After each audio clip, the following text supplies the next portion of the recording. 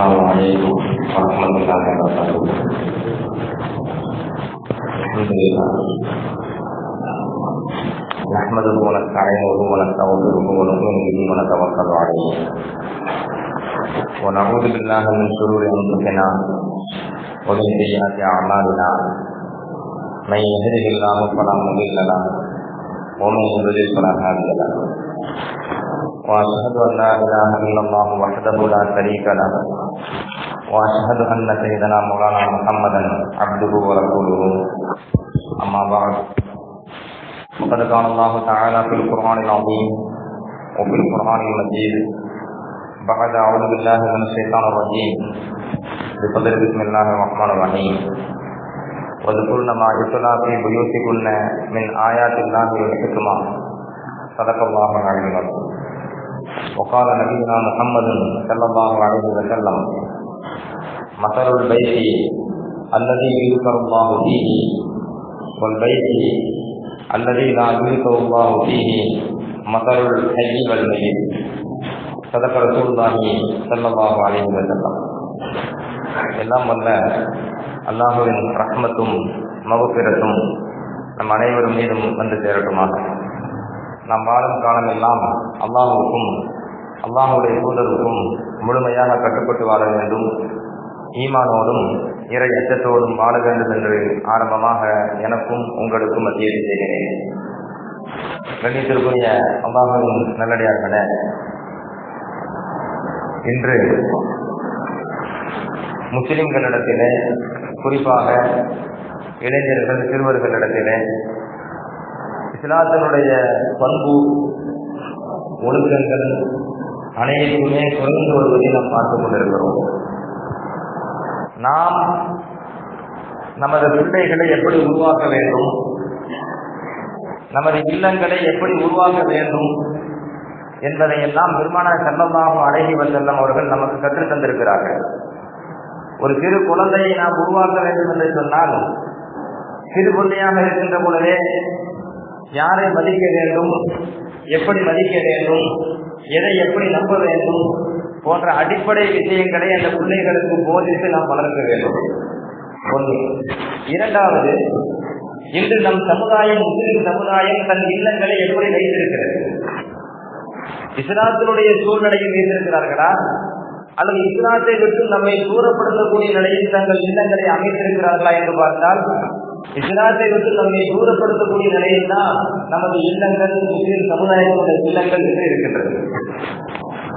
பெருமானார் ஸல்லல்லாஹு அலைஹி வஸல்லம் அவர்கள் ஒரு முஸ்லிம்களுடைய இல்லம் எப்படி இருக்க வேண்டும் சுருக்கமாக சொல்லிடுவாங்க. உங்கள் இல்லங்களை கபறுகளாக நீங்கள் ஆக்கிவிடாதீர்கள், உங்கள் இல்லங்களை மன்னரைகளாக நீங்கள் ஆக்கிவிடாதீர்கள். அப்ப இல்லங்களை எப்படி வைக்க வேண்டும், இல்லங்களை எப்படி வைக்கணும்? இறை இல்லங்களாக ஆக்கணும். நாம் நமது இல்லங்களை இறை இல்லங்களாக ஆக்க வேண்டும். ஆனால் இன்று உள்டாவாக தலைகீழா மாறி போய் பள்ளி வாயில் கூட சொந்த இல்லங்களை போட்டு என்று நாம் நினைச்சுக்கிறோம். உள்ள வந்துட்டா பேச ஆரம்பிக்கிறோம். சொந்த இல்லங்களில் நாம் விட்டுக் கொண்டிருந்தால் எப்படி உலக விஷயங்களை பேசிக் கொண்டிருப்போமோ, நேரங்களை வீணடித்துக் கொண்டிருப்போமோ, அது போன்று இந்த இல்லங்கள் பள்ளிக்குள் வந்துவிட்டால், இறை இல்லத்திற்குள் வந்துவிட்டாலும் கூட நாம் சொந்த இல்லத்தில் இருப்பதை போன்ற ஒரு நிலையில் தான் இருக்கிறோம். இன்னைக்கு வீட்டுக்குள் சென்று விட்டால் டிவி, டெலிவிஷன், அதில் காட்டப்படுகிற காட்சிகள் அனைத்துமே அது இஸ்லாத்தினுடைய சிந்தனையை தூண்டக்கூடிய காட்சிகளா? எதுவுமே கிடையாது. ஒரு செய்தி பார்க்க வேண்டும் என்று சொன்னால் கூட அந்த செய்திக்கு இடையில் விளம்பரம் போட்டு அதில் ஆபாசங்களை திணிக்கின்றார்கள். அப்படித்தான் இந்த உலகம் இருக்கிறது. நமது பிள்ளைகளுக்கு சிறு வயசிலேயே இந்த மாதிரியான காட்சிகள் திரும்ப திரும்ப திரும்ப காட்டப்பட்டு அந்த பிள்ளைகளுக்கும் சிறு குழந்தையாக இருக்கின்ற பொழுதே வெட்கம் என்றால் என்ன, நாணம் என்றால் என்ன என்பது தெரியாமலேயே பிள்ளைகள் வளர்கிறார்கள். அல் ஹயாஉ ஷுஅபத்தும் மினல் ஈமான், வெட்க உணர்வு என்பது ஈமானுடைய மிக முக்கியமான ஒரு கிளையில் உள்ளது என்று மாணவி ஸல்லல்லாஹு அலைஹி வஸல்லம் நமக்கு சொல்லித் தந்திருக்கிறார்கள். ஒரு மனிதன் தவறு செய்கிறான், தவறு செய்யாமல் இருக்கிறான் என்று சொன்னால் அதற்கு மிக முக்கிய காரணம் வெட்க உணர்வு தான். ஒரு மனிதனுக்கு வெட்க உணர்வு முழுமையாக இருக்குமே ஆனால் அவனிடத்தில் பெரும்பாலும் தவறு பகிரங்கமாக நடைபெறாது. ஏன் தவறு நடைபெறாது? நாம் இந்த காரியத்தை செய்துவிட்டால் அல்லது இந்த காரியத்தை, இந்த சொல்லை நாம் சொல்லிவிட்டால் நம்மை யாராவது குறை பேசுவார்களோ, நம்மை தவறாக நினைப்பார்களோ என்ற ஒரு அச்ச உணர்வு. அதுதானே வெட்க உணர்வு என்றாலே மார்க்க சட்ட வல்லுநர்கள் ஹதீசுகளை மேதைகள் விளக்கம் தருகிற பொழுது ஒரு மனிதன் ஒரு காரியத்தை தான் மதிக்கின்ற மக்களுக்கு முன்னிலையில் செய்கிற பொழுது அப்படி செய்தால் அதனால் நமக்கு இழுக்கு ஏற்படுமோ, நம்மை தவறாக நினைப்பார்களோ, குறைத்து மதிப்பிடுவார்களோ என்கிற ஒரு உணர்வு வருகிறதே, அந்த உணர்வுக்கு பெயர் தான் வெட்கம் என்கிற விளக்கத்தை நமது அறிஞர்கள் நமக்கு சொல்லி தருவாங்க. இந்த இஸ்லாம் என்பது பெருமானார் ஸல்லல்லாஹு அலைஹி வஸல்லம் சொல்லி தந்ததை போன்று ஈமானுடைய மிக முக்கியமான கிளை, 70க்கும் மேற்பட்ட கிளை ஈமான். அந்த ஈமானில் மிக முக்கியமான ஒரு கிளை இந்த வெட்க உணர்வு என்று ஸல்லல்லாஹு அலைஹி வஸல்லம் சொல்லி தந்த அந்த உணர்வு இன்று நம் இல்லங்களுக்குள் போதிக்கப்படுகிறதா? வீட்டுல வந்து டிவி சும்மாவே இருக்காது. வீட்டுக்குள்ள ஆண் வந்தாலும் சரி அல்லது பெண் இருந்தாலும் சரி, ஒரு 5 நிமிடம் சும்மா இருப்பதாக இருந்தாலும் அதை ஓபன் பண்ணி வச்சு அதுக்கு முன்னாடியே உட்கார்றது. அப்ப இறை இல்லத்தை போன்று இல்லங்களை ஆக்க வேண்டும் என்பதை தான் நமது மார்க்கம் நமக்கு கற்றுத் தருகிறது. எந்த அளவுக்கு இல்லம் இருக்க வேண்டும்? ரசூலுல்லாஹி ஸல்லல்லாஹு அலைஹி வஸல்லம் அவருடைய மகளார் ஃபாத்திமா ரலியல்லாஹு அன்ஹா நம்ம இல்லத்தை ரொம்ப சுத்தமா வைக்கணும். பள்ளி வாயிலை சுத்தமா வைக்கிறோம். இந்த பள்ளி வாயில்களை சுத்தமாக வைத்திருப்பதை போன்று நமது இல்லங்களை நம்ம எப்போதும் சுத்தமா வச்சுக்கணும். ஃபாத்திமா ரலியல்லாஹு அன்ஹாவுடைய குணத்தை பற்றி அலி இப்னு அபீ தாலிப் ரலியல்லாஹு அன்ஹு, ஃபாத்திமா ரலியல்லாஹு அன்ஹுடைய கணவர், பெருமானார் ஸல்லல்லாஹு அலைஹி வஸல்லம் மருமகன் அலி இப்னு அபீ தாலிப் ரலியல்லாஹு அன்ஹு சொல்வார்கள், வ கனஸத்தில் பைத ஹத்தா யுபர்ரது சியாமுஹா. ஃபாத்திமா ரலியல்லாஹு அன்ஹா தனது இல்லத்தை எப்பொழுதுமே கூட்டி பெருக்கி சுத்தமாக வைத்திருப்பார்கள். அவங்களே கூட்டி பெருக்கி சுத்தம் செய்கிற காரணத்தினால் வீட்டில் உள்ள புழுதிகளும் தூசிகளும் அவங்களுடைய ஆடையில் ஒட்டி கொண்டிருக்கும். அவன் ஆடையில படியுமா தூசிகளும் புழுதிகளும் உங்களுடைய ஆடையில் படியுமா? தன் ஆடையில் தூசிகளும் புழுதிகளும் படியும் அளவுக்கு தன் இல்லங்களை கூட்டி பெருக்கி சுத்தமாக வைத்திருப்பார்கள் ஃபாத்திமா ரலியல்லாஹு அன்ஹா என்கிற கருத்தை, என்கிற தகவலை அலி இப்னு அபீ தாலிப் ரலியல்லாஹு அன்ஹு சொல்கிறார்கள். அபூதாவுதிலே பதிவு செய்யப்பட்ட ஹதீஸ். பள்ளி வாயில்களை நாம் எப்படி சுத்தமாக வைத்திருக்கிறோமோ அதுபோன்று நாம் வசிக்கின்ற இல்லங்களை சுத்தமாக வைத்திருக்க வேண்டும். மார்க்கம் நமக்கு கற்றுத் தருகிறது. பெருமானார் ஸல்லல்லாஹு அலைஹி வஸல்லம் அப்படித்தான் தன் பிள்ளைகளை வளர்த்திருக்கிறார்கள். இன்னும் சொல்ல போனா வீட வந்து பள்ளிவாசலுக்கு வந்த ஒரு செய்யறதில்லை. ஆனால் பெருமானார் ஸல்லல்லாஹு அலைஹி வஸல்லம் கற்றுத் தருகிறார்கள், இல்லத்தில் வைத்தே ஒரு செய்யுங்கள், வீட்டில் வைத்து ஒளி செய்யுங்கள். நபி சொல்லுவாங்க, மன் தத்தஹர ஃபீ பைத்திஹி, யார் தனது இல்லத்தில் ஒளி செய்து சும்ம மசாயிலா பைத்தில் புயூதில்லா, பின்பு அவர் ஒளி செய்து விட்டு அல்லாஹ்வுடைய இல்லத்திற்கு அவர் நடந்து வருகிறாரோ, லியக்லிய ஃபரீலத்தமின் ஃபராயில்லா, அல்லாஹ்வுடைய பரதான வணக்கத்தில் ஏதேனும் ஒரு வணக்கத்தை நிறைவேற்ற வேண்டும் என்பதற்காக தனது வீட்டில் ஒளி செய்து அல்லாஹ்வுடைய பள்ளிக்கு யார் நடந்து வருகிறாரோ, கானத்து ஹத்துமத்தாஹு யஹதாஹுமா தஹப்பு ஹதியத்தன், அவர் நடந்து வருகிற பொழுது 2 எட்டு வைப்பாரே, அந்த 2 எட்டில் ஒரு எட்டு அவருடைய பாவத்தை அழித்துவிடும். இன்னொரு எட்டு அவருடைய அந்தஸ்தை உயர்த்தி விடும். பெருமானார் ஸல்லல்லாஹு சொல்றாங்க. அது இல்லத்தில் வைத்து ஒது செய்து விட்டு பள்ளிக்குள் நாம் வருகிற பள்ளிவாசலை நோக்கி நாம் நடந்து வருகிற பொழுது நாம் எடுத்து வைக்கிற எட்டுக்கள் எத்தனை எட்டுக்கள் வைப்போம்? அதுல ஒரு எட்டு அடுத்து பூமியில வைக்கும் போது என்ன ஆகுது? நம்முடைய பாவங்கள் அழிக்கப்படுகிறது. அடுத்த எட்டை நாம் அடுத்த தரையில் பூமியில் வைக்கின்ற பொழுது நம்முடைய அந்தஸ்து உயர்த்தப்படுகிறது. இப்படியே நாம் எத்தனை எட்டுக்கள் வைக்கின்றோம், ஒவ்வொரு எட்டுக்களுக்கும் எத்தனை பாவங்கள் அழிக்கப்படுகிறது, எத்தனை அந்தஸ்துகள் உயர்த்தப்படுகிறது. பெருமானார் ஸல்லல்லாஹு அலைஹி வஸல்லம் சொன்ன செய்தி முஸ்லிமிலே பதிவாகி இருக்கிறது. வீட்டை சுத்தமாக இருக்க வேண்டும். வீட்டில் வைத்து ஒது செய்யக்கூடிய பழக்க வழக்கத்தை நாம் கொண்டு வர வேண்டும். வீட்டில் ஒது செய்யணும், வீட்டிலே ஒருவோடு தான் இருக்கணும். பள்ளிக்குள் வந்தால் ஒருவோடு இருப்போம், பெரும்பாலும் அப்படித்தான் இருக்கணும்.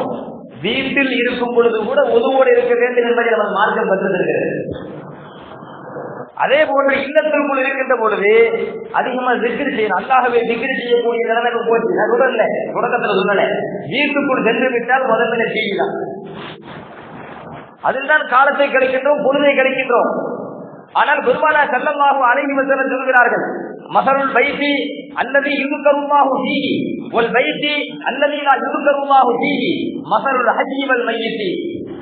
எந்த ஒரு வீட்டிலே அல்லாஹ்வை திக்ர் செய்யப்படுகிறதோ அந்த வீட்டுக்கு ஒரு உதாரணம், எந்த வீட்டிலே அல்லாஹ்வை திக்ர் செய்யப்படவில்லையோ அந்த வீட்டுக்கு உதாரணம். ஏன் சொல்ல வர்றாங்க? ரெண்டு பேரும் உதாரணம் சொல்ல போறேங்கிறாங்க. திக்ர் செய்யப்படுகிற இல்லத்திற்கு உதாரணம், திக்ர் செய்யப்படாத இல்லத்திற்கு உதாரணம் என்ன தெரியுமா? மஸலுல் ஹய்யி வல் மய்யித், உயிரோடு இருப்பவர் இறந்து போனவர், இதுதான் அதுக்கு உதாரணம். எந்த இல்லத்தில் திக்ர் செய்யப்படுகிறதோ அதில் இருப்பவர் உயிரோடு இருக்கிறார் அர்த்தம். எந்த இல்லத்தில் திக்ர் செய்யப்படவில்லையோ அதில் இருப்பவர் வசிப்பவர் உயிரோடு இருந்தாலும் அவர் இறந்து போனதற்கு சமம் என்று பெருமானார் ஸல்லல்லாஹு அலைஹி வஸல்லம் சொன்ன செய்தி முஸ்லிமிலே பதிவாகி இருக்கிறது. அப்போ நம்ம வீடு கபர்களாக, நம் வீட்டுக்குள் நாம் சென்ற பிறகு நாம் மையத்தாக ஆகிவிடக்கூடாது. நமது இல்லம் பள்ளி வாயிலாக, அந்த இல்லத்திற்குள் நாம் சென்ற பிறகு உயிரோடு இருக்கக்கூடிய மனிதனாக இறைவனுக்கு முன்னடையில் பெருமானார் ஸல்லல்லாஹு அவர்களுடைய சரியத்தின் அடிப்படையில் நாம் இருக்க வேண்டும் என்பதை நபி நமக்கு கற்றுத் தருகிறார்கள். ஹன்ஸலா ரலியல்லாஹு அன்ஹு ஒரு தடவை வீதியில் நடந்து வந்துட்டு இருக்கிறார். அபூபக்கர் சித்தீக் ரலியல்லாஹு அன்ஹு வராங்க. இருவரும் சந்தித்துக் கொள்கிறார்கள். பொதுவாக இருவர் சந்தித்துக் கொள்கிற பொழுது உடல் நலம் விசாரிப்போம். அதே போன்று அபூபக்கர் ரலியல்லாஹு அன்ஹு ஹன்ஸலா ரலியல்லாஹு அவர்களை பார்த்து கேட்கிறார்கள், கைஃப அன்த, எப்படி இருக்கின்றீர்கள்? உடல் நலம் விசாரிக்கிறார். அப்படி நலம் விசாரிக்கின்ற பொழுது ஹன்ஸலா ரலியல்லாஹு சொல்கிறார்கள், நாஃபக ஹன்ஸலா, இந்த ஹன்ஸலா முனாஃபிகாகிவிட்டான், இந்த ஹன்ஸலா நயவஞ்சகனாக மாறிவிட்டான் அப்படின்னு சொல்றாங்க. தன்னையே சொல்றாங்க. நபி ஸல்லல்லாஹு அலைஹி வஸல்லம் காலகட்டத்துல மூமினு, காஃபிரு, முனாஃபிக்கு, இந்த மூன்று வகை உண்டு இல்லை. அதுல ஹன்ஸலா ரலியல்லாஹு சொல்றாங்க, நான் முனாஃபிக்காக விட்டேங்கிறாங்க. அதை பகிரங்கமா சொல்றாங்க. அபூபக்கர் சித்தீக் ரலியல்லாஹு அன்ஹு அவர்களுக்கு ஆச்சரியம், ஒரு நல்ல சஹாபி திடீர்னு முனாஃபிக் ஆயிட்டாரே. கேட்கிறாங்க, எந்த அர்த்தத்துல சொல்றீங்க? மாத்தக்கூறு, என்ன சொல்றீங்க? ஹன்ஸலா ரலியல்லாஹு சொல்கிறார்கள், நகூரு இன்த ரசூலில்லாஹி ஸல்லல்லாஹு அலைஹி வஸல்லம் யுذكرنا بالنار والجنة, நாம் அல்லாஹ்வின் தூதர் ஸல்லல்லாஹு அலைஹி வஸல்லம் அவர்களிடத்திலே, அவர்கள் சபையிலே நாம் இருக்கின்ற பொழுது சுவனத்தையும் நரகத்தையும் நமக்கு நினைவூட்டுகிறார்கள் அல்லவா? அவ்வாறு சுவனத்தையும் நரகத்தையும் நமக்கு நினைவூட்டுகிற பொழுது உண்மையிலேயே இந்த கண்ணால் சுவனத்தை பார்ப்பதை போன்று இருக்கும், உண்மையிலே இந்த கண்ணால் நரகத்தை காண்பதை போன்று இருக்கும். சுவனத்தை உண்மையிலே கண்ணால் காண்பதை போன்ற ஒரு நிலையில் நாம் இருக்கோமே, ஆனால் அது எந்த அளவுக்கு நன்மை செய்ய வேண்டும் என்கிற உறுதிகள் உள்ளத்தில் இருக்கும். நரகத்தை காண்பதை போன்று நம்முடைய நிலைமை இருக்குமே, ஆனால் அப்ப எந்த அளவுக்கு பாவத்தை நாம் அஞ்சுவோம், பாவத்தை விட்டு விலகி இருக்க வேண்டும் என்கிற உறுதிகள் உள்ளத்தில் இருக்கும். பெருமானார் ஸல்லல்லாஹு அலைஹி சபையில இருக்கும் போது அப்படி இருக்கிறது. ஆனால் ஸல்லல்லாஹு அலைஹி சபையை விட்டு நாம் வெளியேறி இல்லத்திற்கு வந்துவிட்டால், வீட்டிற்கு வந்துவிட்டால், மனைவி மக்களோடு அவர்களோடு பொழுதை கழிக்கக்கூடிய, பேசி கழிக்கக்கூடிய, மறுமை வாழ்க்கையை மறக்கக்கூடிய ஒரு சூழ்நிலை வருகிறது. மனைவி கூட பேச ஆரம்பிக்கிறோம், உலகத்திலே மூழ்கிடுறோம், பிள்ளைகளை கூப்பிட்டு பேச ஆரம்பிக்கிறோம், உலகத்திலே மூழ்கிடுறோம். அந்த நேரத்தில் பெருமானாருடைய சபையில் இருந்து அந்த உணர்வு வீட்டுக்கு வந்தா இல்லையே. அப்ப அங்க ஒண்ணு இங்க ஒண்ணுச்சுன்னா அதுதானே நிப்பாக்குத்தனம், அதுதானே நயவஞ்சகத்தனம். ஒரு பக்கத்துல ஒரு விதமாக, இன்னொரு பக்கத்துல இன்னொரு விதமாக இருப்பதற்கு பெயர் தானே நயவஞ்சகத்தனம். அப்ப நபியினுடைய சபையில் ஒரு விதமாக, வீட்டுக்குள் வந்திருந்தால் வேறு விதமாக நான் இருக்கிறேனே, அதனால் தான் சொல்கிறேன், நான் முனாஃபிக்காக ஆகிவிட்டேன். அபூபக்கர் சித்தீக் ரலியல்லாஹு அன்ஹு சொன்னார்கள், அல்லாஹ்வின் சத்தியமாக நீங்கள் எந்த உணர்வை சந்திக்கின்றீர்களோ அதே உணர்வை என் இல்லத்திற்குள் சென்றுவிட்டால் நானும் சந்திக்கிறேன். நானும் மனைவி மக்களோடு பேசிக் கொண்டிருக்கிறேன். அந்த நேரத்தில் மனித வாழ்க்கை சிந்தனைக்கு வருவதில்லை, மனைவி மக்கள் தான் சிந்தனையில் இருக்கிறார்கள் என்கிற கவலையோடு பெருமானார் ஸல்லல்லாஹு அலைஹி வஸல்லம் ஒரு வீட்டிற்கு சந்திக்க செல்கிறார்கள். அப்ப மாணவி ஸல்லல்லாஹு அலைஹி வஸல்லம் அவர்களிடத்தில் முறையிடுகிறார்கள், எங்களுடைய நிலைமை எப்படி இருக்கிறது, நாங்கள் என்ன செய்வது?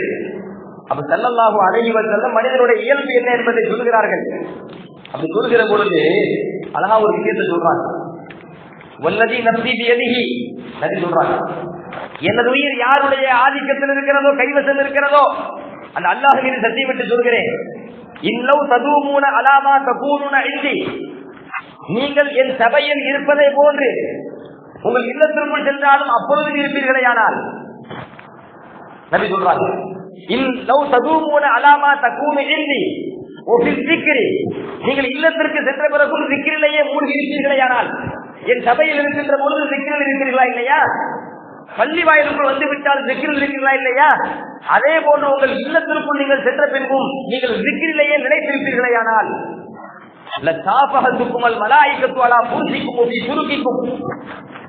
வானவர்கள் மலக்குமார்கள் உங்கள் இல்லத்திற்குள் வந்து உங்கள் படுக்கறைக்கு வந்து உங்கள் கையை கொண்டு முசாபகா செய்வார்கள். நீங்கள் நடந்து போகிற பாதைக்கு மலக்குமார்கள் வருவார்கள், வந்து உங்கள் கைகளை கொண்டு முசாபகா செய்வார்கள்.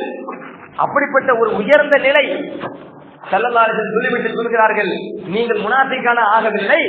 யா ஹந்தலா சாஅத்தன் வ சாஅத்தன், ஒரு நேரத்தில் உள்ளம் இப்படி இருக்கும், இன்னொரு நேரத்தில் உள்ளம் அப்படி இருக்கும். முழு நேரமும் 24 மணி நேரமும் அப்படியே ஒரே சிந்தனை உள்ள இருக்காது. கொஞ்சம் உள்ள ஒரு இடத்துக்கு மாறதான் செய்யும். ஆனா உள்ள மாறுறது ஹலாலான இடத்துல இருக்கணும். கெட்ட எண்ணத்தை உள்ளத்துல கொண்டு வரக்கூடாது. இறை சிந்தனையில இருந்து மறுமை சிந்தனையில இருந்து உள்ளம் விலகிறது என்று சொன்னால் விலகி எங்கே செல்கிறதோ அந்த செல்கிற இடம் ஹலாலான இடமா இருக்கணும். பெருமானார் ஸல்லல்லாஹு அலைஹி வஸல்லம் அவர்கள் ஹந்தலா ரலியல்லாஹு அன்ஹு கற்றுக் கொடுத்தார்கள். திருமதி போன்ற ஒரு பணியை கொண்டிருக்கிறது. இந்த நபி ஒரு வார்த்தை சொல்றாங்க, கவனிங்க. என் சபையில இருக்கும்போது நீங்க திக்ர்ல இருக்கிறீங்க, என் பள்ளியில் இருக்கின்ற பொழுது நீங்க திக்ர்ல இருக்கிறீங்க, அல்லாஹ்வுடைய தியானத்தில் இருக்கிறீங்க. இதே நிலை நீங்கள் இல்லத்திற்குள் சென்று அந்த இல்லத்திலும் நீங்கள் திக்ரில் இருக்கிறீர்களே, ஆனால் மலக்குமார்கள் உங்கள் இல்லத்திற்கு வருவார்கள். மலக்குமார்கள் வருவார்கள் மாத்திரமல்ல, உங்கள் கையை தொட்டு முசாபகா செய்வார்கள்.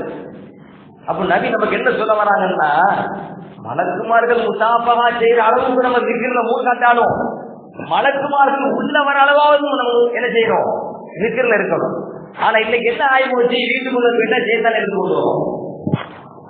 இன்னைக்கு மலக்குமார்கள் உள்ள வரவேற்கிற நிலையில நம்ம இல்லங்கள் இல்லை. இப்ப எப்படி சொல்வதில்லை ஆகி போச்சு. மலக்குமார்கள் உள்ள வர அளவுக்காவது நம்ம இல்லாட்டாலும் செய்தான உள்ள இருந்து கொண்டு வந்துடாதீங்க. செய்தானுக்கு பட்டு கம்பளத்திலிருந்து வரவேற்று விடாதீர்கள் என்கிற ஒரு நிலைக்கு நாம் இன்று தள்ளப்பட்டிருக்கிறோம். மாணவி ரசூலுல்லாஹி ஸல்லல்லாஹு அலைஹி வஸல்லம் சொல்வார்கள், லா தஜஅலு புயூத்தக்கும் மகாபிர, உங்கள் இல்லங்களை கபூர்களாக நீங்கள் ஆக்கி விடாதீர்கள். கபூர்கள் ஆக்கிறாதீங்க. அப்ப என்ன செய்யணும் சொல்றாங்க, கபூரா ஆக்க கூடாது, அதை ஒரு பூங்காவாக இறை இல்லமாக ஆக்கணும். என்ன செய்யணும், அல்லாஹ்வுடைய வசனங்களை குர்ஆனை அதிகமா ஓதணும். zikr செய்யணுமா, குர்ஆன் ஓத வேண்டும். இல்ல ஷைத்தான யன்ஃபிரு மினல் பைத்தி அல்லதி துக்ரஉ ஃபீஹி சூரத்துல் பக்ரா, சூரத்துல் பக்ரா என்கிற அத்தியாயத்தை ஒரு இல்லத்தில் ஓதப்படுகிறது என்று சொன்னால் அந்த இல்லத்தை விட்டு ஷைத்தான் விரண்டு வருவான். அப்ப ஷைத்தான உள்ளே இருந்து கொண்டு வராதீங்க, ஷைத்தான விரட்டுங்க. உங்கள் இல்லங்களை கபூர்களாக நீங்கள் ஆக்கி விடாதீர்கள். கபூர்னா என்ன, ஒரு மனிதன் இறந்து விட்டால் அவர் அமல் செய்ய முடியாது. இதா மாத்தல் இன்சான் இன்கத்தா அன்பு அமலு, ஒரு மனிதன் மரணித்து விட்டால் அவன் அமல் செய்ய முடியாது, அமல் நின்றுவிடும். அதுக்கு பிறகு நன்மையை சேகரிப்பதற்காக வேண்டி, நன்மைகளை நிறைய கொள்ளடிப்பதற்காக வேண்டி நாம் எந்த அமல் செய்ய முடியாது. அப்ப கபூர்ல அமல் இல்லை. அதே மாதிரி இல்லத்துல போய் வீடும் அமல் இல்லாமல் இருக்குமையானால், அந்த வீடில் zikr இல்லாமல் இருக்குமையானால், அந்த வீடில் குர்ஆன் ஓதப்படுதல் இல்லாமல் இருக்குமையானால் அது கபருக்கு சமங்கிறாங்க. உங்கள் இல்லங்களை கபராக ஆக்காதீர்கள் என்று பெருமானார் ஸல்லல்லாஹு அலைஹி வஸல்லம் செய்தி முஸ்லிம் ஷரீஃபிலே பதிவு செய்யப்பட்டிருக்கிறது. ரசூலுல்லாஹி ஸல்லல்லாஹு அலைஹி வஸல்லம் சொல்வாங்க இன்னொரு விதத்துல, இஜ்அலூ ஃபீ புயூதிக்கும் மின் ஸலாத்திக்கும், உங்கள் வீடுகளிலேயும் கொஞ்சம் தொழுகையை ஏற்படுத்திக் கொள்ளுங்கள். பள்ளி வாயிலுக்குள் வந்தால் தொழுகிறீர்களா இல்லையா, அந்த மாதிரி உங்கள் இல்லங்களிலும் கொஞ்சம் தொழுகையை நீங்கள் ஏற்படுத்துங்கள், நியமனம் செய்யுங்கள். உலா தத்தஜிதுஹா குபூரா, இல்லங்களை கபூராக ஆக்கி விடாதீர்கள். புகாரில் வருது. அப்ப இல்லங்களில் குர்ஆன் ஓதணும், ஓதனா அது இறை இல்லமாக ஆக்கப்படுது. அந்த இல்லத்தில் குர்ஆன் ஓதப்படவில்லை என்று சொன்னால் அது கபூராக மாற்றப்படுகிறது. பெருமானார் சொல்கிறார்கள், அந்த இல்லத்திலே zikr செய்ய வேண்டும். zikr செய்யப்படவில்லை என்றால் கபூராக மாற்றப்படுகிறது. இல்லத்திலே தொழ வேண்டும். அந்த தொழுகைக்கென்று சில தொழுகைகளை வீட்டுக்குள் சென்று தொழ வேண்டும். அவ்வாறு தொழவில்லை என்று சொன்னால் அது கபூராக ஆக்கப்படுகிறது என்று மாணவி ரசூலுல்லாஹி ஸல்லல்லாஹு அலைஹி வஸல்லம் சொல்லியிருக்கிறார்கள். நபி ஸல்லல்லாஹு அலைஹி வஸல்லம் காலகட்டத்தில் இப்ப சில விஷயம் ரொம்ப சிரமமாயி போச்சு. ஸல்லல்லாஹு அலைஹி வஸல்லம் காலகட்டத்தில் நபி சொல்லுவாங்க, இதா கலா அஹதுக்கும் ஸலாத்த ஃபீ மஸ்ஜிதிஹி, உங்களில் எவரேனும் ஒருவர் பள்ளி வாயிலிலே கடமையான தொழுகையை நிறைவேற்றிவிட்டால் தன் வீட்டில் போய் தொழுறதுக்கு சொல்லி கொஞ்சத்தை வச்சுக்கங்க. பள்ளிவாசலுக்கு வருகிறீர்கள், பள்ளியில் வைத்து கடமையை நிறைவேற்றுகிறீர்கள் என்று சொன்னால் உங்கள் இல்லத்திற்கு சென்று அங்கே கொஞ்சம் தொழுவதை நீங்கள் நியமனம் செய்து கொள்ளுங்கள். யார் தன் இல்லத்தில் தொழுவதை நியமனம் செய்கிறார்களோ அவர்களுடைய வீட்டிற்கு அல்லாஹ் ஏராளமான கைதை ஏற்படுத்துகிறார், நலவை ஏற்படுத்துகிறார். வீட்டுக்கு போன நிம்மதி இல்லை, வீட்டில் நிறைய கஷ்டங்கள் வருகிறது, மன சங்கடங்கள் வருகிறது, நிறைய பிரச்சனைகள் வருகிறது, அப்படி நம்ம பேசிக்கிட்டு செய்யறோம். ஆனா வீடு அது பூங்காவா இருக்கணும்னு சொன்னார். வீடு அமைதி தரக்கூடிய ஒரு இல்லமாக இருக்க வேண்டும் என்று சொன்னால் பெருமானார் ஸல்லல்லாஹு அலைஹி வஸல்லம் சொல்கிறார்கள், இல்லத்திலே தொழுவதை நியமனமா வச்சுக்கங்க. யார் தன் வீட்டிலே தொழுவதை அவர் வளமையாக்கிக் கொள்கிறாரோ அவர்களுடைய வீட்டிலே அல்லாஹ் சுப்ஹானஹு வ தஆலா கைரை ஏற்படுத்துகிறார் என்று பெருமானார் ஸல்லல்லாஹு அலைஹி வஸல்லம் சொன்ன செய்தி முஸ்லிம் ஷரீஃபிலே பதிவு செய்யப்பட்டிருக்கிறது. குறிப்பா நபி அந்த காலத்தில் சொல்லியிருக்கிறார், இந்த முன் சுன்னத்து பின் சுன்னத்துல இருக்குது, இந்த மாதிரியான சுன்னத்துகளை கூட வீட்டுல தொழுது வாங்க. கடமையான தொழுகையை நீங்க பள்ளியில தொழுவுங்க, முன் சுன்னத்து பின் சுன்னத்து போன்ற தொழுகைகளை நீங்கள் வீட்டுல தொழுவுங்க. அப்பதான சலாத்தி சலாத்துல் மர்இ பைத்திஹி இல்லல் மக்தூபா. ஒரு ஆண் சலாத்துல் வார்த்தை கவனிங்க, ஒரு ஆண் தொழக்கூடிய தொழுகையிலேயே மிக சிறந்த தொழுகை அவன் இல்லத்தில் வைத்து தொழுகிற தொழுகை. ஆனால் கடமையான தொழுகையை தவிர, கடமையான ஐவேளை தொழுகையை தவிர, கடமையான ஐவேளை தொழுகையை மாத்திரம் அவர் பள்ளியில் தொழுவதுதான் சிறந்தது, மற்ற தொழுகைகள் அவர் இல்லத்தில் தொழுவதுதான் சிறந்தது என்று பெருமானார் ஸல்லல்லாஹு அலைஹி வஸல்லம் அவர்கள் சொன்ன செய்தி புகாரி ஷரீஃபிலே பதிவு செய்யப்பட்டிருக்கிறது. ஆனா இப்ப அதுக்கு இது கடைபிடிக்க முடிஞ்ச கடைபிடிக்கலாம். நான் வீட்டுல போய் தொழ போறேன் அப்படின்னு சொல்லிட்டு பரல தொழுது முடிச்சுட்டு அப்படி பள்ளியாசல விட்டு வெளியே போன உடனே அப்படி செய்தா வந்துருவான், வந்து அங்க போயிடுவோம் இங்க போயிடுவோம். அப்புறம் வீட்டுல தொழில் நினைச்சிருப்பீங்க, அப்புறம் வேற எங்கேயே போயிருவீங்க. ஏன்னா இன்னைக்கு நம்ம உள்ளம் நம்ம ஈவன் அவ்வளவு பலவீனமா இருக்குது. பள்ளியை விட்டு வெளியே போயிட்டா துணியா எந்த அளவுக்கு பலவீனமா இருக்கு. பள்ளிக்குள்ள வந்த பிறகும் துணியாதான உள்ளத்துல இருக்குது. அல்லாஹு அக்பர் தக்பீர் கட்டின பிறகும் அந்த துணியாதான உள்ளத்துல இருக்குது.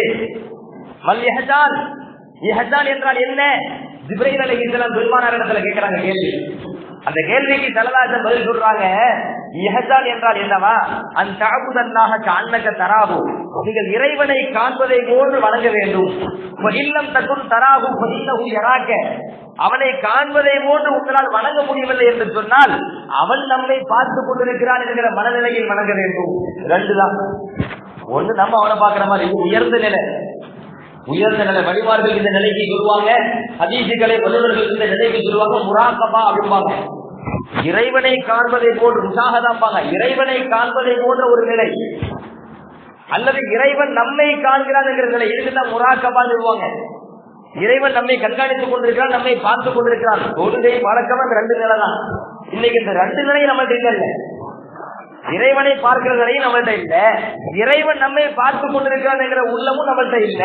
அப்ப பள்ளி வாயிலுக்குள் வந்து விட்டால், அங்கே நாம் தக்பீர் கட்டி விட்டால், அப்பொழுதும் நம் உள்ளத்தில் துன்யாதான் நிரப்பமாக இருக்கிறது. பள்ளிக்குள்ள வந்தாலே துன்யா நிரப்பமா இருக்கும் போது பள்ளி விட்டு வெளியே விட்ட நிலம் என்ன ஆகும்? அதனால நம்ம ஒரு சுண்ணத்தில் விடுபடாம இருக்கணும் அப்படின்னு சொன்னா நீங்க பள்ளியில தான் சொல்ல நேரத்தில் ஒரு நிலையில நம்ம இருக்கிறோம். ரசூலுல்லாஹி ஸல்லல்லாஹு அலைஹி வஸல்லம் நல்ல கவனிங்க, ஆண்களை பொறுத்த வரைக்குமே சுன்னத்தான தொழுகைகளை இல்லத்துல தொழுவது சிறந்தது அப்படின்னு சொல்ல பெருமானார். பெண்களை பொறுத்த வரைக்கும் பரதான தொழுகையை வீட்டுல தொழுவது சிறந்தது. ஆண்களை பொறுத்த வரைக்கும் சுன்னத்தான தொழுகைகளை இல்லத்தில் தொழுவதுதான் சிறந்தது என்று சொன்ன மாணவி ஸல்லல்லாஹு அலைஹி வஸல்லம், பெண்களை பொறுத்த வரைக்கும் பரதான தொழுகையாக இருந்தாலும் கூட அந்த பெண்கள் தங்களுடைய இல்லங்களில் தொழுவதுதான் சிறந்தது. ரசூலுல்லாஹி ஸல்லல்லாஹு அலைஹி வஸல்லம் ஏன்னா பெண்களுக்கு இந்த இஸ்லாமிய மார்க்கம் ஏராளமான சட்டங்கள்ல இலகுபடுத்தி இருக்குது. வீட்டுல இருந்து பள்ளிக்கு வர்றது கொஞ்சம் கஷ்டம்தான், கஷ்டங்கள் அனுபவிக்கிறோம் தான். அதனாலதான் பள்ளிக்கு வரக்கூடிய வருகையாளர்கள் குறைவா இருக்கிறாங்க. வீட்டுக்குள்ளேயே இருக்கிறது சிரமமே கிடையாது. இப்ப பெண்களை பொறுத்த வரைக்கும் அந்த மார்க்கம் இதில் கஷ்டத்தை கலத்துது. உங்களுக்கு எல்லாம் பள்ளிவாசலுக்கு வேண்டிய கடமை கிடையாது. இதையும் தாண்டி மாணவி ஸல்லல்லாஹு என்ன சொல்றாங்கன்னா, நீங்க பள்ளியில் சொல்வதை விட உங்க வீட்டில் சொல்வதுதான் சிறந்தது. பெண்களுக்கு அவருடைய இல்லம் தான் சொல்வதற்கு சிறந்தது என்று மாணவி ஸல்லல்லாஹு அலைஹி வஸல்லம் சொன்ன செய்தி அபூதாவுதிலே பதிவாக இருக்கிறது. உம்மு ஹுமைத் ரலியல்லாஹு அன்ஹா என்கிற பெண்மணி நபி ஸல்லல்லாஹு அலைஹி வஸல்லம் அவங்கள்ட்ட வராங்க. வந்து சொல்றாங்க, யா ரசூலல்லாஹ் இன்னி உஹிப்பு ஸலாத மஅக, நான் உங்களோடு தொழ வேண்டும் என்று பிரியப்படுகிறேன், ஆசைப்படுகிறேன். நான் உங்களோடு சொல்லுவோம், மஸ்ஜித் நபவியில பள்ளி வாயில்ல உங்களோட சொல்லுவோம், ஆசையா இருக்கிறாங்க. அப்ப ஸல்லல்லாஹு அலைஹி வஸல்லம் சொல்றாங்க, கத் அலிகி அன்னகி துஹிப்பீன அஸ்ஸலாத மஅய, என்னோடு நீங்கள் தொழ வேண்டும் என்று விரும்புகிறீர்கள் என்று எனக்கு நல்லா தெரியும். ஆனா என்னோடு இந்த பள்ளியை நீங்கள் தொழக்கூடாது. இல்ல கவனிங்க, உலகத்தில் உள்ள மற்ற பள்ளிகள் அனைத்தையும் விட மஸ்ஜித் நபவியில ஒரு தொழுகை தொழுதா 1000 தொழுகைக்கு சமம். ஒரு தொழுகை தொழுதா 1000 தொழுகைக்கு சமம். ரசூலுல்லாஹி ஸல்லல்லாஹு அலைஹி வஸல்லம் அவர்கள் உம்மு ஹுமைத் அஸ்-சாஹிலி ரலியல்லாஹு அன்ஹா அவர்களை பார்த்து சொல்கிறார்கள், நீங்கள் என்னோடு தொழ வேண்டும் என்று விரும்புகிறீர்கள் எனக்கு தெரியும். ஆனால் நான் உங்களுக்கு ஒரு விஷயத்தை சொல்லித் தருகிறேன். எனது பள்ளியில் நீங்கள் சொல்வதை விட உங்கள் சமுதாயத்திற்கு என்று ஒரு பள்ளி இருக்குமே, அங்க போறது சிறந்தது. அடுத்து நிப்பாட்டல, அடுத்து தொடர்றாங்க, உங்க சமுதாயத்திற்கு ஒரு பள்ளி இருக்குமே, அதில் சொல்வதை விட உங்களுக்கு ஒரு பொது வீடு இருக்குமே, அந்த பொது வீட்டில் போய் சொல்வதுதான் சிறந்தது. அப்படின்னு இருக்கல, உங்கள் பொது வீட்டில் நீங்கள் சொல்வதை விட அந்த வீட்டிலே உங்களுக்கு என்று ஒரு அறை இருக்குமே, பொதுவான அறை, அந்த அறையில் சொல்வதுதான் சிறந்தது. அதோடு நிறுத்தல பெருமான ஸல்லல்லாஹு அலைஹி வஸல்லம். அடுத்து சொல்கிறார்கள், வ ஸலாத்துகி ஃபீ பைத்திகி கைருல் லகி மின் ஸலாத்திகி ஃபீ ஹுஜ்ரத்திகி, உங்களுடைய பொது அறையில் நீங்கள் நின்று சொல்வதை விட உங்களுக்கு ஒரு தனி வீடு இருக்குமே, உங்கள் அனுமதியின்றி அந்த வீட்டுக்குள் யாரும் வர முடியாது, அந்த மாதிரி தனி வீட்டில் வைத்து நீங்கள் சொல்கிறதுதான் உங்களுக்கு ரொம்ப சிறந்தது என்று பெருமானார் ஸல்லல்லாஹு அலைஹி வஸல்லம் எந்த அளவுக்கு ஒரு பெண்ணே வீட்டிலே, சொந்தமான வீட்டிலே, தனி வீட்டிலே ஆண்கள் வர முடியாத அளவுக்கு அனுமதி பெற்றுத்தான் வர முடியும் இருக்கிற ஒரு நிலையில் உள்ள அந்த வீட்டில் தான் தொழ வேண்டும் அப்படின்னு ஸல்லல்லாஹு அலைஹி வஸல்லம் அவர்கள் பெண்களை ஆர்வமூட்டுகிறார்கள் என்று சொன்னால் அந்த இல்லத்தை அவர்கள் பள்ளி வாயிலாக ஆக்க வேண்டும். ரசூலுல்லாஹி ஸல்லல்லாஹு அலைஹி வஸல்லம் காலத்துல உம்மு வரக்கான் என்கிற ஒரு பெண்மணி, உம்மு வரக்கா, நபி காலத்துல நிறைய பெண்கள் ஆசாவாயிட்டாங்க, குர்ஆன் மனனம் செய்து. அதுல ஒரு பெண்மணி உம்மு வரக்கா ரலியல்லாஹு அன்ஹா நபி காலத்திலே குர்ஆன் மனப்பாடம் செஞ்சு ஆசாவாயிட்டாங்க. அந்த பெண்மணி ஸல்லல்லாஹு அலைஹி வஸல்லம் அவங்கள்ட்ட வந்து கேட்டாங்க, அல்லாஹ்வின் தூதரே, முதல் பத்ர் களம், இஸ்லாத்தை காப்பாற்றுவதற்காக வேண்டி, மார்க்கத்தை காப்பதற்காக வேண்டி புறப்பட்ட முதல் பத்ர் களம், அந்த போர்க்களத்திற்கு கிளம்புவதற்கு முன்னாடி பெருமானாரை சந்தித்து கேட்கிறார்கள், அல்லாஹ்வின் தூதரே, இஹ்தல்லி ஃபில் கஸ்லி மஅக, உங்களோடு யுத்த களத்தில் கலந்து கொள்வதற்கு எனக்கு அனுமதி தாருங்கள் அப்படின்னாங்க. அதுக்கு காரணம் சொல்றாங்க, 2 காரணம். அதுல ஒரு காரணம் என்ன, உமர் இது மரணமாக்கும், உங்கள யாராவது நோய்வாய்ப்பட்டால் போர்க்களத்தில் அடிபட்டு காயத்தில் இருந்தால் அவர்களுக்கு நான் சிகிச்சை அளிப்பேன், எனக்கு சிகிச்சை அளிக்க தெரியும். இது ஒரு காரணம். 2வது ஒரு காரணம் சொன்னாங்க, லஅல்லல்லாஹ யர்சுகனி ஷஹாதத்தன், அல்லாஹ் எனக்கு அந்த போர்க்களத்திலே வீர மரணத்தை தர வேண்டும், எனக்கு போர்க்களத்தில் கலந்து இந்த மார்க்கத்தை காப்பாற்றி அதற்காக வேண்டி நான் வீர மரணத்தை அடைய வேண்டும் என்கிற ஆசை இருக்கிறது என்று பெருமானாரிடத்தில் சொன்ன பொழுது ஸல்லல்லாஹு அலைஹி வஸல்லம் அந்த பெண்ணை பார்த்து சொன்னார்கள், கர்ரீபி பைத்திகி, நீங்க உங்க இல்லத்துலதான் இருக்கணும், நீங்க எல்லாம் வெளியே வரக்கூடாது, குறிப்பா சண்டைக்கு வரக்கூடாது. இன்னல்லாஹ தஆலா யர்சுகுகி ஷஹாதா, நீங்கள் இல்லத்தில் இருந்தாலும் அல்லாஹ் உங்களுக்கு வீர மரணத்தை தருவான். ஆச்சரியமாக இல்லையா, போர்க்களத்துக்கு போனதால வீர மரணம் கிடைக்கும், வீட்டுக்குள்ள உட்கார்ந்துட்டு எப்படி வீர மரணம் கிடைக்கும்? நபி சொல்றாங்க, உங்கள் இல்லத்தில் நீங்கள் இருங்க, நீங்க இல்லத்தில் இருந்தாலே உங்களுக்கு ஷஹாதா அந்தஸ்து கிடைக்கும், வீர மரணமாகக்கூடிய பாக்கியம் கிடைக்கும். பெருமானார் சொன்ன உடனே சஹாபாக்கள் சொல்கிறார்கள், அந்த பெண்மணிக்கு அதுக்கு பேரே மாறி போச்சு, ஷஹீதா. அந்த பெண்மணிக்கு பேர் என்ன? ஷஹீதா. ஷஹீதான என்ன அர்த்தம்? வீர மரணத்தை அடையக்கூடிய பெண்மணி அர்த்தம். நபி சொல்லிட்டாங்கல்ல, முடிஞ்சு போச்சு. எல்லா சஹாபாக்களும் பேர் வச்சுட்டாங்க, ஷஹீதா பேர் வச்சுட்டாங்க, ஒவ்வொரு கிடையாது, ஷஹீதா. ரசூலுல்லாஹி ஸல்லல்லாஹு அலைஹி வஸல்லம் அவர்கள் அந்த பெண்மணிக்கு வீட்டில் இருக்க வேண்டும் என்று உத்தரவு போட்டது மட்டுமல்ல, அந்த பெண்மணி பெருமானார் ஸல்லல்லாஹு அலைஹி வஸல்லம் அவர்களிடத்திலே என் வீட்டில் நான் தொழலாமான்னு கேட்கும் போது நீங்கள் வீட்டில் தொழ வேண்டும் என்றார்கள். உங்கள் இல்லத்திலே தனியாக ஒரு பள்ளி வாயிலை போல் ஒரு இடத்தை அமைத்துக் கொள்ளுங்கள் என்றார்கள். உங்கள் இல்லத்துல மற்ற பெண்களுக்கு நீங்கள் ஹாஃபிலாவாக இருக்கிற காரணத்தினால், குர்ஆனை மனனம் செய்திருக்கிற காரணத்தினால், உங்கள் இல்லத்திலே உங்கள் குடும்பத்தில் உள்ள பெண்களுக்கு நீங்கள் இமாமத்து செய்து அவர்களுக்காக நீங்கள் தொழுகை கூட நடத்துங்கள் என்று பெருமானார் ஸல்லல்லாஹு அலைஹி வஸல்லம் அந்த பெண்மணியை பார்த்து சொன்னார்கள். ஹதீஸில் வருகிறது, அந்த பெண்மணி மரணமாகும் வரை இல்லத்தை விட்டு அதிகமாக வெளியே போறதில்லை. மரணமாகிற வரைக்கும் தன் இல்லத்திற்குள் தனக்கென்று ஒரு பள்ளி வாயிலை, தனக்கென்று ஒரு தொழு இடத்தை நியமனம் செய்து அந்த இடத்தில் வைத்து அவர்கள் தொழக்கூடிய வளமை எடுத்துக்கொண்டார்கள். தன் வீட்டில் உள்ள மற்ற குடும்ப பெண்களுக்கு அந்த பெண்மணி தொழுகை நடத்தினார்கள் என்கிற தகவல் அபூதாவுதிலே பதிவு செய்யப்பட்டிருக்கிறது. நீங்க அதை சுருக்கமாக சொல்கிறேன். பெண்கள் ஆண்களை பொறுத்த வரைக்கும் பள்ளியில் தான் அவர்கள் கடமையான தொழுகையை தொழ வேண்டும். சுன்னத்து கூட வீட்டில் தொழுவது சிறந்தது. ஆனால் பெண்களை பொறுத்த வரைக்கும் கடமையான வணக்கம் கூட, கடமையான தொழுகை கூட அவர்கள் இல்லத்தில் தான் நிறைவேற்ற வேண்டும். அதுதான் அவர்களுக்கு சிறந்தது என்று பெருமானார் ஸல்லல்லாஹு அலைஹி வஸல்லம் சொன்னதோடு நிறுத்தாமல் தன் காலத்தில் வாழ்ந்த பெண்களை பல பேர்களை தூண்டிருக்கிறார்கள். இல்லத்தில் நீங்கள் பள்ளி வாயிலை அமையுங்கள், தொழும் இடத்தை அமையுங்கள், அங்கு நின்று நீங்கள் தொழுவுங்கள் என்கிற ஒரு ஏற்பாடை மாணவி ஸல்லல்லாஹு அலைஹி வஸல்லம் அவர்கள் செய்து காட்டியிருக்கிறார்கள். அப்ப இல்லங்கள் எப்படி இருக்க வேண்டும்? சுருக்கமாக செல்வதாக இருந்தால், ஒரு வரியில் செல்வதாக இருந்தால், நமது இல்லம் இறை இல்லமாக ஆக வேண்டும். நமது இல்லம் இறை இல்லமாக ஆக வேண்டும். நமது இல்லம் கபூர்களாக மன்னரைகளாக ஆகிவிடக் கூடாது என்பதைத்தான் பெருமானார் ஸல்லல்லாஹு அலைஹி வஸல்லம் நமக்கு கற்றுத் தருகிறார்கள். அது போன்ற ஒரு நிலையில் நம் இல்லங்கள் ஆக்கப்படுமையானால் இஸ்லாமிய மார்க்கம் நமது பண்பாடுகளையும் நமது நடைமுறைகளை கண்டே வேகமா வளர்ந்துடும். இஸ்லாத்தின் மீது ஒரு தவறான கலங்கம் இருக்கிறது என்று சொன்னால் அதற்கு ஏதோ ஒரு வகையில் என்று நாம் காரணமாக இருக்கிறோம். என்ன காரணம்? நம்மளிடத்துல சொல்லு சரியில்லை, செயல் சரியில்லை, நடந்த சரியில்லை, சிறுவர்களிடத்துல சரியான பண்பாடு இல்லை, ஒழுக்கங்கள் இல்லை. இதையெல்லாம் பார்க்கின்ற பொழுது பார்ப்பவர்கள் நினைக்கிறார்கள் இஸ்லாம் இப்படித்தான். இது கிடையாது. இஸ்லாமிய மார்க்கம் வேகமாக பெருமான காலத்திலிருந்து இன்று வரை பரவியதற்கு அடிப்படை காரணமே இஸ்லாத்தினுடைய பண்பாடுகள் தான், இஸ்லாத்தினுடைய ஒழுக்க நெறிகள் தான், பெருமானார் ஸல்லல்லாஹு அலைஹி வஸல்லம் நற்பண்புகள் தான். அதுதான் இஸ்லாம் மிக விரைவாக பரவலாக உலகம் முழுவதும் பரவுவதற்கு காரணமாக இருந்ததை பல்வேறு ஹதீஸில் நமக்கு சுட்டிக்காட்டுகிறது.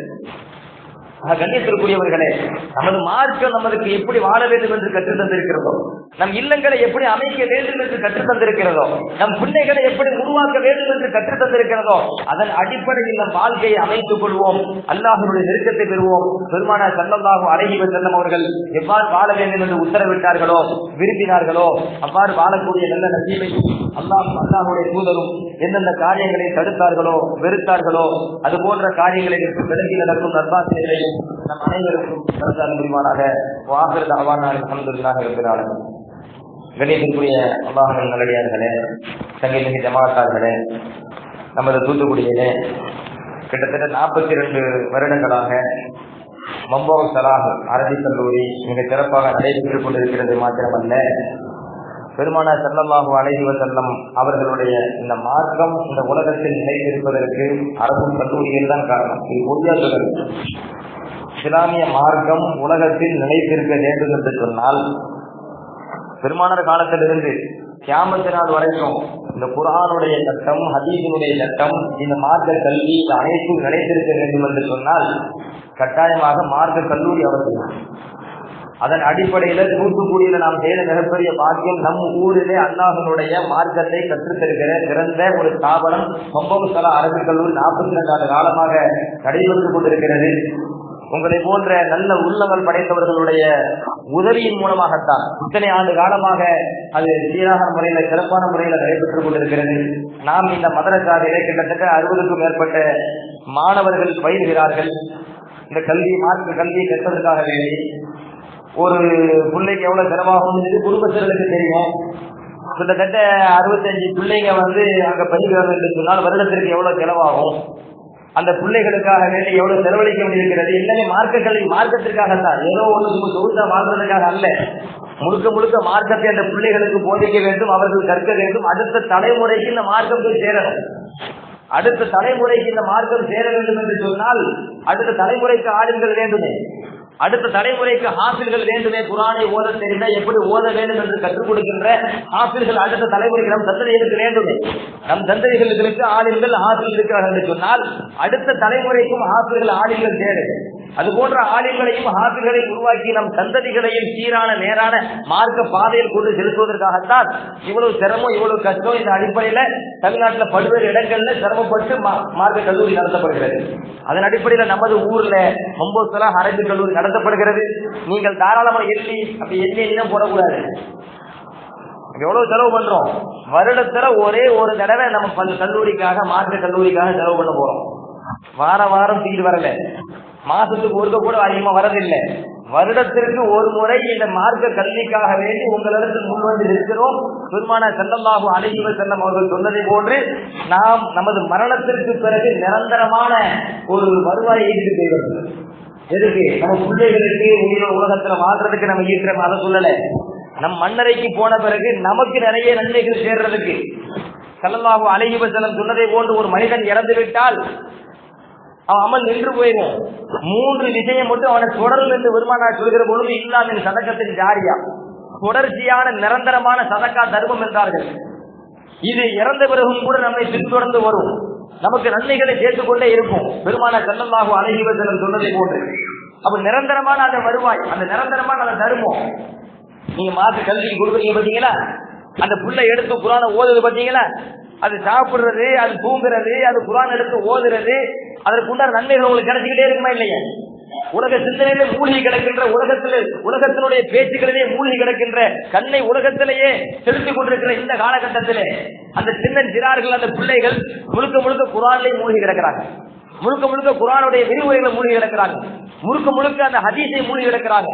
முழுக்க ஹதீஸினுடைய விரிவுரைகள் மூழ்கி கிடக்கிறாங்க. இந்த காலத்துல சாத்தியமா? அது யோசிச்சு பார்க்கணும்.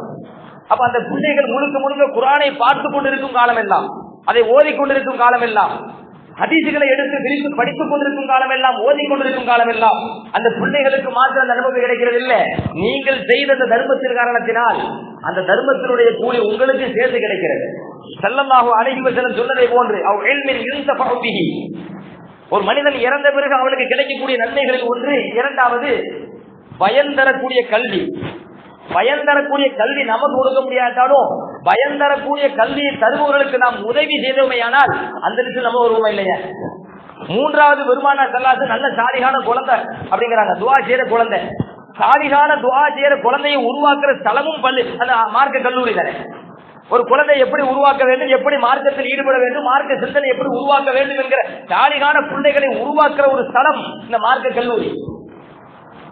அதனால ஸல்லல்லாஹு அலைஹி வஸல்லம் சொன்னதை போன்று நாம் இறந்த பிறகும் கூட நமது மன்னரையில நன்மைகளை வாரி குவிக்கக்கூடிய ஒரு காரியம் நீங்கள் மதரசாக்களுக்காக, அரபு கல்லூரிகளுக்காக நீங்கள் தாராளமாக செலவு செய்வதுதான் ரசூலுல்லாஹி ஸல்லல்லாஹு அலைஹி வஸல்லம் சொல்லி தரது. அதனால இந்த ஹதீஸ் முஸ்லிம்ல வருது, நான் சொல்ல வருது, வருடத்துல ஒரு முறை வருகிறோம், எண்ணி 5, 10, 100, 200 இல்லாம வருடத்துக்கு ஒரு தானே கொடுக்குறீங்க, அள்ளி கொடுங்க. நீங்க கொடுக்கறத நாளைக்கு மறுமையில நமக்கு நிற்கும். அப்ப நம்ம கவலைப்படக்கூடிய நிலை வந்துடக்கூடாது. அதனால பெருமானார் ஸல்லல்லாஹு அலைஹி வஸல்லம் ஷரியத்தை பாதுகாப்பதற்கு நாம் ஒரு உதவியாக இருக்கிறோம். பெருமானார் ஸல்லல்லாஹு அலைஹி வஸல்லம் கொண்டு தந்த இந்த மார்க்கத்தை அடுத்த தலைமுறைக்கு கொண்டு போய் சேர்ப்பதற்கும் நாம் செய்யக்கூடிய இந்த பணம் அது உதவியாக இருக்கும் என்பதை உள்ளத்தில் வைத்து தாராளமாக உதவி செய்யுங்கள். அல்லாஹ் சுப்ஹானஹு வ தஆலா நம் ஈருலக வாழ்க்கையையும் கைராக பரக்கத்தாக ஆக்கி அன்புரிவானாக. வாங்க அல்ஹம்துலில்லாஹ்.